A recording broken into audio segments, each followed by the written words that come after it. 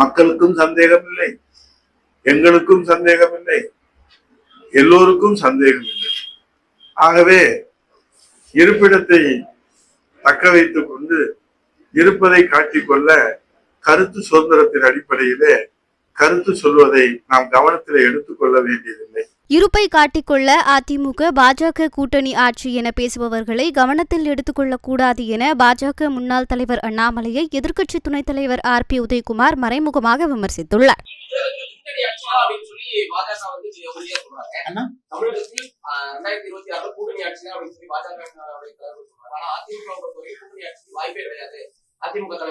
பேசினா தேவையில்லாம் பஞ்சாயத்து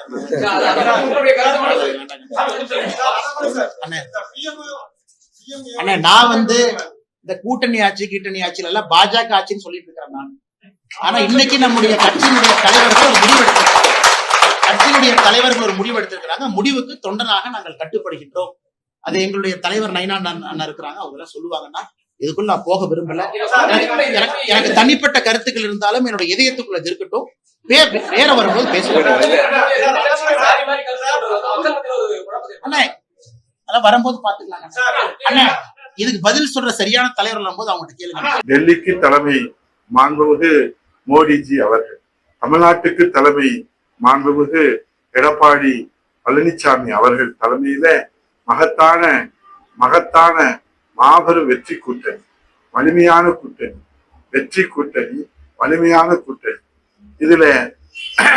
இதுல யாருக்கும் எந்த சந்தேகம் இல்லை, மக்களுக்கும் சந்தேகம் இல்லை, எங்களுக்கும் சந்தேகம் இல்லை, எல்லோருக்கும் சந்தேகம் இல்லை.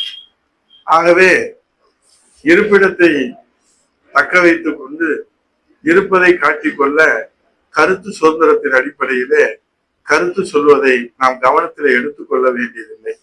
புரட்சி தமிழக எடப்பாடிய தலைமையிலே தான் அண்ணா திராவிட முன்னேற்ற கழக ஆட்சி மலரும்.